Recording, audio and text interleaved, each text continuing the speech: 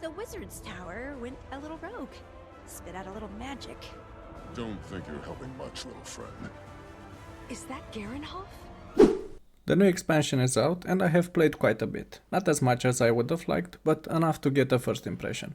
I haven't completed the story yet, I will try to finish it this weekend, but I think the length is decent compared to the End of Dragons, considering that they said it will be shorter.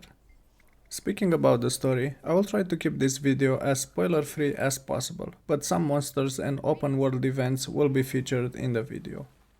Okay, now that we have the warning out of the way, I want to say that I like the direction of the story and that we are no longer linked with the Elder Dragons, because as a new player you do not need to do 3 or 4 living stories and then 3 expansions to understand what is going on. Now you have a new enemy and you can get up to speed very fast. The difficulty seems to be just about right. Of course, it depends on the class or spec that you chose, but I think ArenaNet nailed the balance for this one. I have played with my Wallbender for the first part of the story, but it felt slow compared to Herald, so I have started again with Herald and the experience feels much better. I did a few rifts too. Most of them were completed with other players as the new maps have lots of them, but the tier 1 rifts can be soloed with a decent open world build.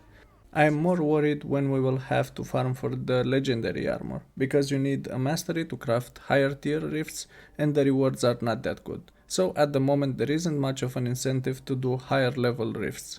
We can also talk about the new Astral rewards system, which to be honest I like more than the previous one, specifically because I do not have multiple accounts, and if you select just one type of game mode, the achievements are easier to get compared to the previous system. With the old system I haven't completed a daily achievement in a very long time. Since the new system dropped, I completed it 3 times, and not because I was trying to, but because they were linked to the same zone or they are chained, like you see on the screen. You need to complete one event in Kanta, which most probably will have 10 enemies, so 2 of them are already done. Then you can gather some plants while doing the event too, so it's convenient. The problem comes when you select multiple game modes, because you do not have a choice like you used to, and some people do not like this. But the rewards are good. I like that you can choose now and are not just looking forward to laurels, coins and the last reward. You actually have skins and utility items from the gem store, which is a huge plus for me. Another feature that was introduced was the weapon mastery, which means that you can now equip spec-linked weapons with any spec from that class. So in this case I have equipped a greatsword on my Herald. I have also equipped a hammer with my power mech, a wormhorn on Weaver and a dagger on Chrono, and so on. I think this was needed considering we didn't had any new elite specs. Some do not work as good as they do with the main spec, but for others it opens a lot of possibilities and there will be some nice build variety. We have one more feature that I would like to discuss, and that is the new Relics system, which I think wasn't ready for prime time. There are some good ones that exist and the idea is good, but it will take a few patches to be where it should be.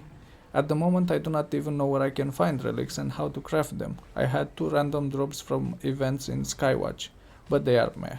Once I learn more about them I will let you know and create a guide for it. But for now I'm using the relics that come in the chests on each character.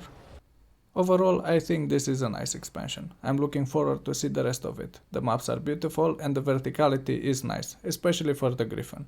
The Astral reward system looks better than what we had before and the rifts are okay. I'm yet to do a tier 3 rift, but they seem decent. I think the rift system in the Rift MMO was better visually, like how it would extend on the ground. But for now it looks fun. We will review this statement after I will farm them for the legendary armor. What do you think about this expansion? Do you like it? Did you already bought it? Or maybe you are waiting for the reviews to decide? Either way, let me know in the comment section below.